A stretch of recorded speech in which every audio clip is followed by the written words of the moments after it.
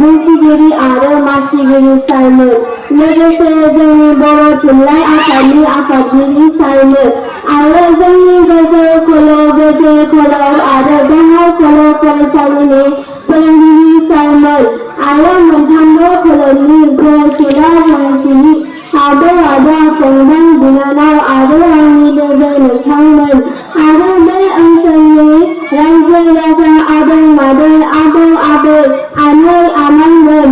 आंनि मुङा फरायना बबिथा इस्लारि। आं दाइन थाखोआव फरायो।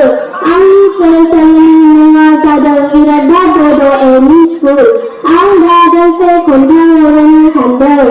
बे खन्थाइनि मुङानो जादों जोंनि उजिनाय हा बिमा आरो बे खन्थाइगिरिनि मुङानो जादों मुक्ति दारेन्द्रनाथ बसुमतारी।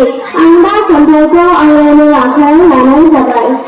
जोंनि उजिनाय हा बिमा आरो जोंनि उजिनाय हा बिमा, समायना रमायना आसामथिरि, जेरैबो दैमा दैसा सारि सारि बोहैनाय, आलारि बिलारि बायदि दाउ गाबनाय, बिफां लाइफां बेन्दों रायदों, हाजो हाला सारि सारि, आंखाल गैया ओंखाम दै ना बेदर, जोबनो गैया जेब्लाबो फिथाइ सामथाइ, न' माइ बाख्रि, गय खान्थाल थाइजौ बारि, हिन्दु मुसलमान ख्रिस्टान खौसे बयबो एना एनि गैथारा, रावबो रावजोंबो रंजा गोजोन दं बयबो हायेनारि हाजोआरि, थैले रुजिले बेयावनो थाबाय थाथों, जुगे जुगे फुजिबाय थानो मोनथों, गले गले खुलुमनो मोनथों नोंखौ बिमा जोनोमगिरि।